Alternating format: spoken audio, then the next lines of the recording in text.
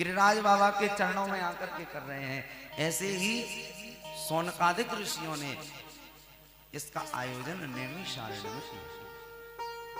पहली बार भाई इसका नाम नैमिषारण्य कैसे पड़ा? इसको नैमिषारण्य क्यों कहा जाता है? और ऋषियों ने नैमिषारण्य में ही ये तप और पुराण का आयोजन क्यों किया? क्योंकि एक बार शौनकादिक ऋषि भगवान के पास पहुंचे और जाकर के भगवान से प्रार्थना की, प्रभु हम जहां पर जप तप पूजा पाठ यज्ञ आदि करते हैं तो हमें आकर के राक्षस सताते,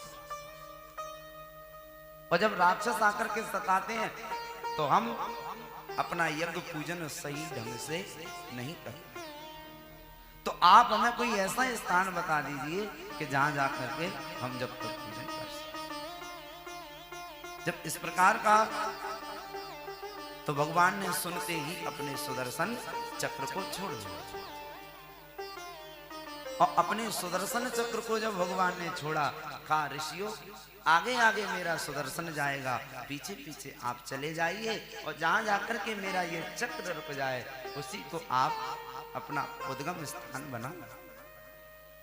आगे आगे सुदर्शन चक्र, पीछे पीछे शौनकादिक 88,000 ऋषि जा रहे हैं। वह चक्र जाकर के एक घनघोर अरण्य में जाकर के रुके। अरण्य यानी जंगल, अरण्य कहते हैं जंगल को, जंगल का दूसरा नाम है अरण्य। तो वह जाकर के चक्र अरण्य में रुका, और उस घनघोर जंगल में जाकर के उस चक्र की पैनी नोक, जिसको संस्कृत में नेमी कहा जाता है, और वह नेमी जाकर के उस अरण्य में रुकी। उसी समय ऋषियों ने उसी जगह का नाम नैमिषारण्य रख दिया। बोलिए नैमिषारण्य क्षेत्र की। उसका नाम क्या रख दिया? नैमिषारण्य। और ऋषियों ने वहां कस करके जब तब पूजा पाठ यज्ञ आदि हवन आदि किया, और उसी क्षेत्र के लिए ऋषियों ने आशीर्वाद दे दिया। तीरथ वरने मिस विख्याता, तीरथ वरने मिस विख्याता, तीरथ वरने मिस विख्याता, तीरथ वर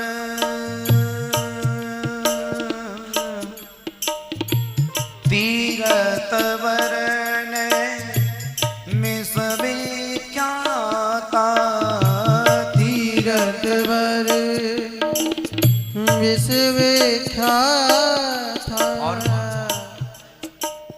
अतीत साधक सिद्धिदाता, अति पुनीत साधक सिद्धिदाता, अति पुनीत साधक सिद्धिदाता, तीरथ वर नेमिष विख्याता, अति पुनीत साधक सिद्धि। नैमिषारण्य में जाकर के जो भक्त जब तब पूजा पाठ हवन इत्यादि करता है, वह अपने आप ही स्वयं सिद्ध हो जाता है, वह स्वयं ही साधक बन जाता है, जापक बन जाता है। ऐसी नैमिषारण्य क्षेत्र मां ऋषियों ने। तो इस प्रकार इसका नाम नैमिषारण्य है। और जब नैमिषारण्य में शौनकादिक 88,000 ऋषि विराजमान हुए, उसी समय उनके बीच में श्री सूत जी महाराज का पदार्पण हुआ। ऋषियों ने देखा कि सूत जी महाराज पधारे हैं, तो सभी ऋषियों ने खड़े होकर के स्वागत, सभी खड़े हो गए और सभी ने स्वागत किया, चरणों में प्रणाम किया। सूत जी महाराज ने मन में विचार किया, ऋषियों देखो आप मुझसे कई उम्र वाले हैं, मुझसे बहुत बड़े बड़े संत हैं, आप मेरे चरणों में प्रणाम। जब मंच पर विराजमान किया और मंच पर विराजमान करके कहने लगे, प्रभु आप भले ही उनसे उम्र में छोटे हो, लेकिन जो व्यक्ति उम्र में छोटा होता है वह छोटा नहीं माना जाता। धन वृद्धा बल वृद्धा आयु वृद्धा तथैव च ते सर्वेपि ज्ञान वृद्धा किंकरा शिष्य किंकरा। धन वृद्धा, जो धन में बड़ा है, बड़ा नहीं है महाराज। बल वृद्धा, कोई पहलवान है तो वह बल में बड़ा नहीं है। धन वृद्धा बल वृद्धा आयु वृद्धा, आयु में बड़ा है तो वह बड़ा नहीं है। तो बड़ा कौन है? ते सर्वेपि ज्ञान वृद्धा किंकरा। जो ज्ञान में बड़ा है वह सबसे। स्वदेशे पूज्यते राजा विद्वान सर्वत्र पूज्यते। राजा अपने देश में ही पूजा जाता है, लेकिन जो विद्वान पुरुष हैं उनकी सभी जगह पर। जब इस प्रकार कहा तो सूत जी महाराज प्रसन्न। वाह! सौनकादिक ऋषि कहने लगे, प्रभु सूतख्यायी कथासारम मम कर्ण रसायनम। महाराज, आपकी उस दिव्य कथा को सुनने के लिए, प्रवचनों को सुनने के लिए हमारे कान लालायित हो रहे हैं, तो हमें वो ऐसी दिव्य कथा सुनाइए। और कैसी कथा सुनाइए? कृष्ण प्राप्ति करम सस्वत साधनम तद्वधान। ऐसी कथा सुनाओ कि कृष्ण प्राप्ति करम, हमें गोविंद मिल जाए, कन्हैया हमें मिल जाए, कृष्ण की प्राप्ति हो जाए, ऐसा कोई सस्वत साधन। और महाराज आप पर गुरु की कृपा है, और जिस पर गुरु की कृपा हो तो फिर महाराज उसका तो कहना ही क्या है। गुरु मेहरबान तो चेला, जिस पर गुरु की कृपा है फिर तो उसका कहना ही क्या है। क्योंकि चिंतामणिर लोक सुखम सुरद्रु स्वर्ग संपदाम, लेकिन प्रयक्षति गुरु प्रीत वैकुंठम योग। जो भगवान का वैकुंठ योगियों के लिए भी दुर्लभ है। अगर गुरु की कृपा हो जाए तो वह योगियों के लिए दुर्लभ वैकुंठ भी गुरु की कृपा से प्राप्त हो जाता है। और महाराज आप पर गुरु की कृपा है, इसलिए हमें भी ऐसा कोई साधन बता दो।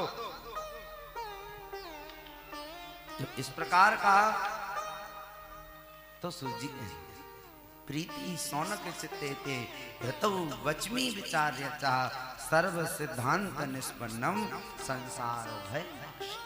चिंता मत करो, तदहम तेव धिष्यामि सावधान अयाशु। सावधान होकर के सुनो, मैं तुम्हारे लिए सुना। काल व्याल मुखाग्रास त्रास निर्णास है तवे। सूजी महाराज कहने लगे, सौनकादिक ऋषियों, ये संसार कलयुग का ग्रास बना हुआ है, काल के ग्रास में फंसा हुआ है, और इससे अगर बचना है, काल के ग्रास से अगर बचना है तो हमको भगवत चिंतन करना ही पड़ेगा। भगवान के नाम संकीर्तन का आनंद लेना ही पड़ेगा। अगर इस काल के मुख से बाहर निकलना, काल व्याल मुख ग्रास, कलयुग अजगर के समान अपने मुख को फैला करके बैठा है, और हम एक एक करके उसके ग्रास बने हुए हैं, उसके अंदर समाहित होते हुए जा रहे हैं। तो कहा सुनिए, अगर इससे बचना है तो भगवत चिंतन करना ही पड़ेगा। इसलिए सावधानतया सुनो। सावधान कर रहे हैं श्री सूजी महाराज कि सुनो भैया, मैं सुना तो रहा हूं, लेकिन सावधानतया, सावधान होकर। तो सभी सावधान कमर को सीधी करके बैठ गए। कहा सुनाइए, और सभी सुनने के लिए तत्पर हैं। तब उसी समय सूजी कहने लगे, सुनो ला, ऋषियों, जो कथा आज मैं तुम्हें सुनाने के लिए जा रहा हूं, एक बार इसी कथा को श्री सुखदेव जी महाराज ने राजा परीक्षित परीक्षिते कथा वक्तुम सभायां संस्ते सुखे सुधा कुंभं गृहीत्वैव देवास्तत्र समागता।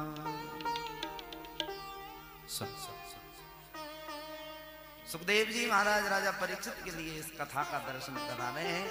देवताओं को मालूम कि सुखदेव जी परीक्षित के लिए कथा सुना रहे हैं, तो देवताओं ने क्या किया कि आज से अच्छा मौका कहीं नहीं मिलेगा। तो देवताओं ने क्या किया, सुधा कुंभम गृहीत्वैवा देवास्तत्र समागत, अमृत का कलश लेकर के और श्री सुखदेव जी महाराज के पास, और सुखदेव जी महाराज के पास जाकर के कहने लगे कि महाराज आप ऐसा करिए, परीक्षित को तो 7 दिन में मरने का श्राप लग ही गया है, तो आपको ऐसा कर देना चाहिए कि परीक्षित के लिए तो इस अमृत को पिला दो, तो परीक्षित अमर हो जाएंगे, मरेंगे नहीं, और हमें भागवत महापुराण की कथा। तो सुखदेव जी ने सुना, तो सुनकर के सुखदेव जी कहने लगे, देवताओं, क्वै कथा लोके क्वै काचा क्वै निर्महान ब्रह्मरातौ विचार्यैवं तदा देवान् जगास। क्वै स्वधा क्वै कथा लोके, अरे देवताओं तुम अभक्त हो और तुम्हारे लिए ये श्रीमद् भागवत महापुराण की कथा नहीं बनाई। अभक्ताश्च न विज्ञाय न ददौ शकथामृतम्, देवताओं तुम अभक्त हो और मैं तुम्हें इस कथा को दान नहीं दे सकता। ये कथा तो भक्तों के लिए है, ये कथा तो संतों के लिए है, देवताओं मैं तुम्हें नहीं दे। और देखो, अगर तुम अपने अमृत से मेरी कथा की तुलना कर रहे हो तो क्वै स्वधा क्वै कथा लोके, कहाँ तुम्हारा ये अमृत और कहाँ मेरी ये दिव्य रसमयी पारसमणि के समान चमचमाती हुई कथा कि एक बार जिसके कान में पड़ जाए महाराज फिर उसका कल्याण करके ही छोड़ है। एक बार जिसके कान में शब्द पड़ जाए बस फिर उसका कल्याण करके ही ये मान। तो मेरी जो कथा है ना ये पारसमणि के समान है, और तुम्हारा जो अमृत है ये अमृत कैसा है, ये तुम्हारा अमृत कांच के समान है। और अगर कोई व्यक्ति अपनी पारसमणि को दूसरे व्यक्ति को दे दे और बदले में उससे कांच ले ले, तो ये लेने वाले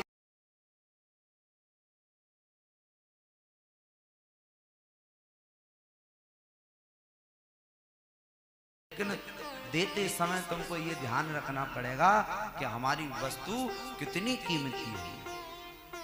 पारसमणि का महत्व क्या है कि आप अगर लोहे से भी उसका स्पर्श करा दो तो लोहा भी स्वर्ण बन जाता है। ऐसी पारसमणि का चमत्कार है। जब इस प्रकार देवताओं से सुखदेव जी महाराज ने कहा, तब तो उसी समय देवता क्रोध में भर करके और आज वहां से ब्रह्मा जी के पास ब्रह्मा जी को जाकर के सारी कथा सुनाई।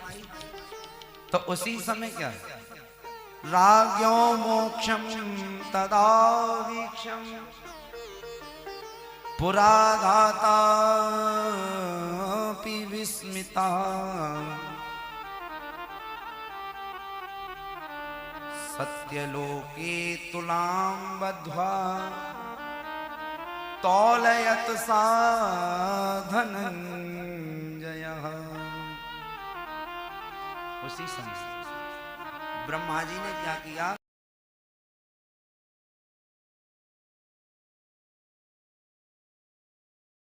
पढ़ने पर 4 वेद, 6 शास्त्र, 17 पुराण, जप तप जो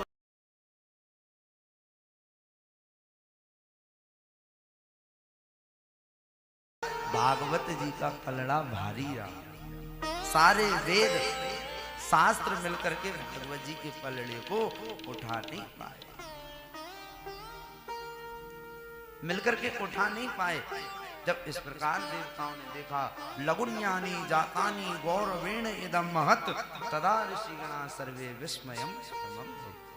सारे इस दृश्य को देख करके देवता आश्चर्यचकित रह गए कि ऐसा श्रीमद् भागवत महापुराण में है क्या, कि सारे वेद सारे शास्त्र मिलकर के पलड़े को उठा नहीं पाए। ऐसा इसके तदा ऋषिगण सर्वे विस्मयम् परमम्, यही सभी मन में आश्चर्यचकित होने लगे कि ऐसा है क्या।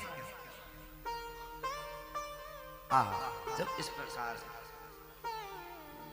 तब तो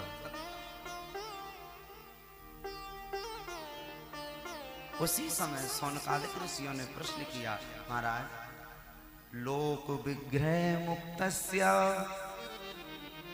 नारदस्यास्तिरस्य च विधि श्रवाकुता प्रीति संयोगा पुत्र तै सह। महाराज, आपसे हम ये प्रश्न करना चाहते हैं कि मनुष्य तो सांसारिक प्रपंच में बीना हुआ है, लेकिन आप ये बताइए कि हमने सुना है कि नारद बाबा का एक बार सनकादिक ऋषियों के साथ सत्संग हुआ था और नारद जी ने 7 दिन तक बैठ करके उनका सत्संग सुना। तो महाराज, नारद जी तो कभी एक जगह पर उनका पैर रुकता नहीं है, फिर उन्होंने 7 दिन बैठ करके कैसे सत्संग सुना, ये हमें समझाइए। जब इस प्रकार कहा तो ठीक है। सूत जी महाराज सुनिए, एक दाही विशालाया चत्वार ऋषयो मलः सत्संगार्थम समायात दद्रसुस्तत्र नारदः। एकदा ही विशालाय, अच्छा, जहां पर एकदा शब्द आ जाए, एकदा का शब्द, एकदा कहते हैं एक बार, जहां पर एक बार शब्द आ जाए बस समझ जाओ कि अब यहां से कथा प्रारंभ होगी, अब यहां से कथा प्रारंभ होगी। एक बार पत मन माही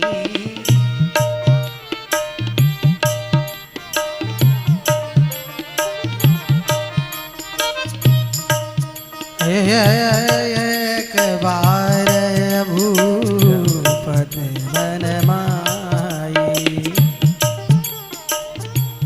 एक बार भूपत मन माई, एक बार भूपत मन माई, भैरे गला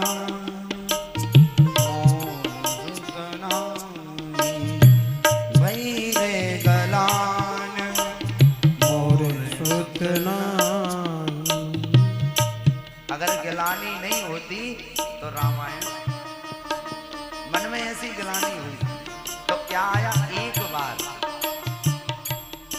एक बार जहां से शब्द लग जाए कि मान लो वहां से कथा चालू हो, तो यहाँ पर भी एकदा ही विशाल आया, एक बार विशाला भद्र का आशा, और एक बार जननी अनुमान, एक बार जननी जन्म, क्या हुआ, एक बार जननी अनुमान, एक बार जननी अनुमान, और क्या किया, कर श्रृंगार वदन पौड़ा, कर श्रृंगार हरि मुरारी। और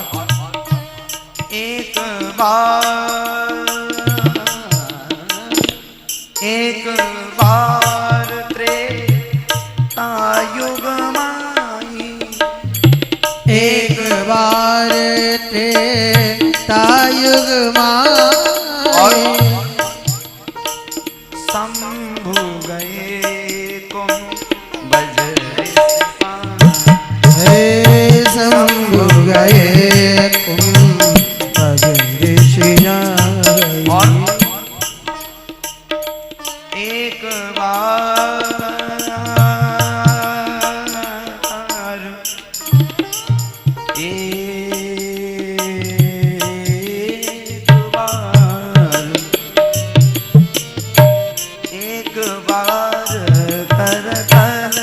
कर वीणा, एक बार कर वीणा। गावत हरि गुण ज्ञान प्रवीणा, गावत गुण ज्ञान प्रवीणा। एक बार कर वीणा, एक बार कर, एक बार कर वीणा। और क्या?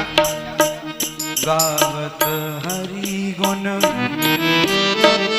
ज्ञान प्रवीणा, गावत हरि गुण ज्ञान प्रवीणा, गावत हरि गुण ज्ञान प्रवीणा। गावत हरि गुण ज्ञान, गावत हरि गुण ज्ञान, गावत हरि गुण ज्ञान।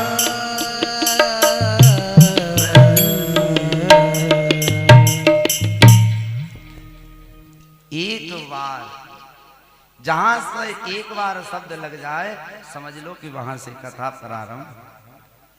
एकदा ही विशालायाम चत्वार ऋषयो।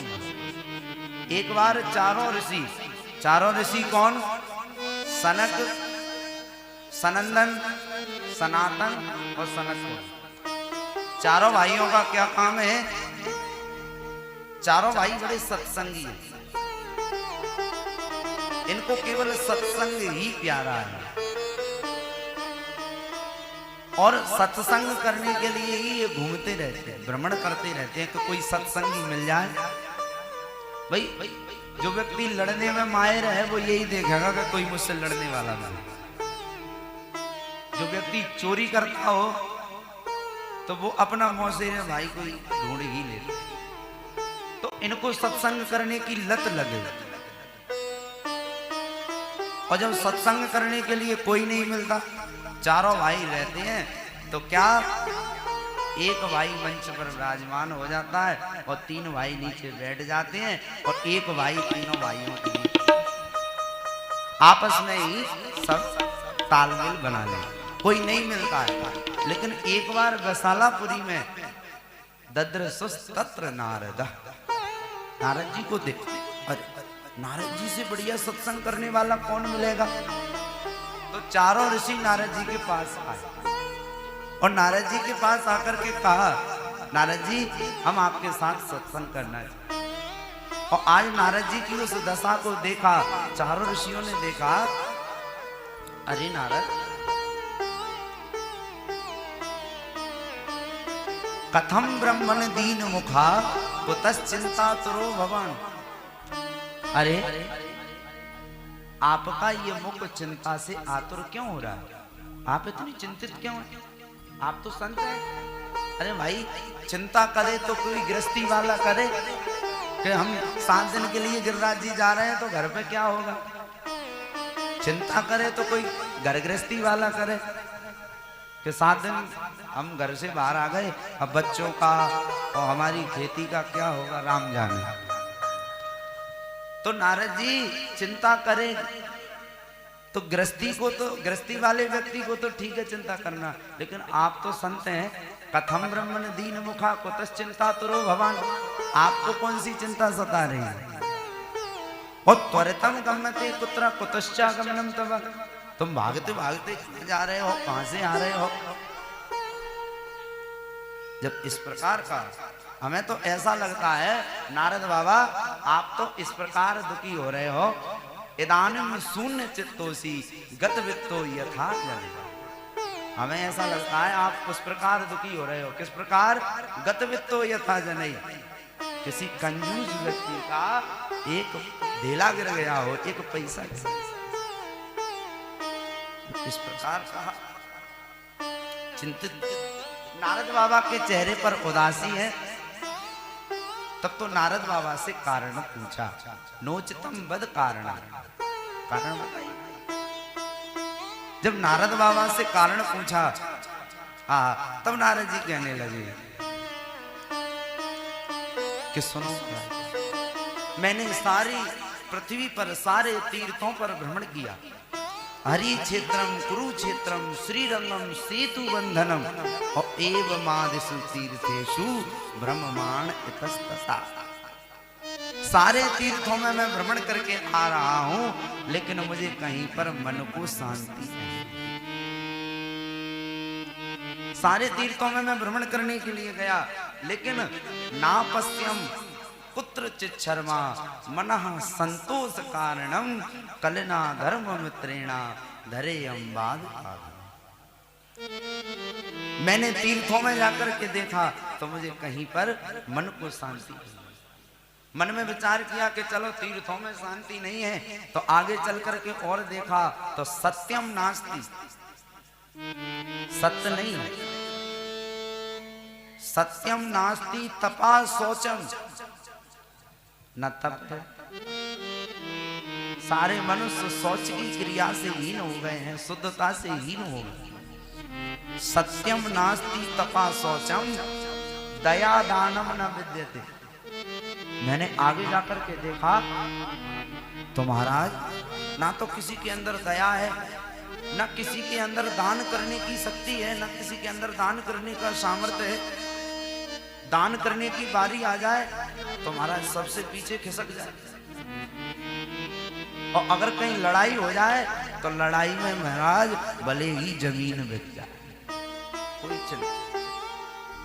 दान करने में पीछे, और अगर किसी से लड़ाई हो जाए तो भले ही 10-20 बीघा बिच जाए, कोई चिंता नहीं। तो महाराज मैंने जाकर के देखा सत्यम नास्ति तपा शौचम दया दानम न विद्यते। मुझे कहीं पर दया दान धर्म कहीं पर दिखाई नहीं दिया। बस मैंने क्या देखा, उदरम भरणो जीवा बराका कूट भाषणा। हर मनुष्य हर व्यक्ति अपने पेट को भरने के चक्कर में ही इधर उधर भाग रहा है। उदरम भरणो। और मैं थोड़ा और आगे चला, आगे चल करके मैंने देखा, मन में विचार किया कि कलयुग के मनुष्य हैं और कलयुग के मनुष्यों में तो ऐसी बातें होती रहती हैं, तो चलो चल करके संतों के पास चलते, संतों के पास तो कुछ अच्छा मिलेगा। तो मैंने जाकर के संतों के पास देखा तो संतों का महाराज हाल तो गृहस्थी वालों से ही बुरा है। संतों का हाल तो गृहस्थी वालों से ही बुरा है। पाखंड निरता संतो, संत का चोला पहन लिया और संत के भेष को बदनाम करते हुए संसार में लोग। और जो सच्चे संत हैं वो तो सच्चे संत हैं ही, लेकिन सच्चे संतों का उनके साथ मजाक बना लिया, केवल संत का चोला पहन। और आगे चला तो आगे जाकर के देखा कि महाराज घर में बड़े बूढ़ों की कोई बात नहीं मानता, बड़े बूढ़ों की कोई बात नहीं मानता। अगर कोई काम आ जाए तो सबसे पहले मोबाइल निकाल करके, और सबसे पहले किसी काम की राय लेनी है तो साले साहब को फोन लगा, और साले साहब से फोन लगा करके पूछा जाएगा बताओ ऐसा काम करने के लिए जा रहे हैं और बहुत बड़ा टेंडर है, 50 लाख रुपए का कारोबार है, आप कहें तो डाल लें। और साले साहब ने कह दिया कि हाँ हाँ हाँ हाँ बहुत अच्छा काम है, डाल लो, इसमें हमें फायदा ही होगा, चाहे उसमें भले ही घाटा हो। अगर साले साहब ने कह दिया कि हाँ डाल लो, तो स्याल को बुद्धिदायक, साले साहब ने जैसी बुद्धि दे दी उसी बुद्धि से काम कर दिया। स्याल को बुद्धिदायक, घर में बड़े बूढ़ों की बात कोई नहीं मानता, पिताजी की नहीं मानता, माताजी की नहीं मानता, दादाजी की नहीं मानता, किसकी मानता है? साले साहब। स्याल को बुद्धिदायक, साले की बातों में आकर के काम करने लगी। और महाराज हमारे ब्रज में तो बड़ी सुंदर एक कहावत है, अगर आप कहो तो सुना दूं, अगर आप कहो तो मैं बताऊं। हमारे ब्रज में एक कहावत कहते हैं वृंदावन में कि दीवाल बिगाड़े आरो और घर बिगाड़े, अगर किसी के हो तो बरामद। तो महाराज ये ब्रज की कहावत है, ब्रज के संतों ने कहावत बना ली है। अब ब्रज के संत तो न जाने क्या क्या कहावत बना लेते हैं। भागवत जी में लिखा है कि इत्वे कत्वे के न हंसते न, भगवान ने एक हाथ की छिंगी उंगली पर भगवान ने गोवर्धन पर्वत को धारण किया, लेकिन संत कहते हैं नहीं नहीं, भगवान ने छिंगी उंगली पर जो है हाथ पर गिरधार धारण को किया, लेकिन ब्रज के संत कहने लगे नहीं, भगवान ने जो है एक छिंगी उंगली पर गिरराज पर्वत को। लेकिन ब्रज के संत और ब्रजवासी तो बड़े ही महान हैं, उन्होंने कहा नाना, भगवान ने ना तो हाथ पर गिरराज उठाया, ना तो अपनी छिंगी उंगली पर उठाया, छिंगी उंगली के नख पर भगवान ने गिरराज पर उठाया। तो ये तो ब्रज का भाव है, ब्रजवासी जो भाव मन में बना। तो इस प्रकार नारद जी का वह दर्शन किया। बोली वृंदावन मन चल रे वृंदावन धाम, राधे राधे गाएंगे। ओ मन चल रे वृंदावन धाम, राधे राधे गाएंगे। मन राधे राधे गाएंगे, राधे राधे गाएंगे, राधे राधे गाएंगे, श्यामा श्यामा गाएंगे, राधे राधे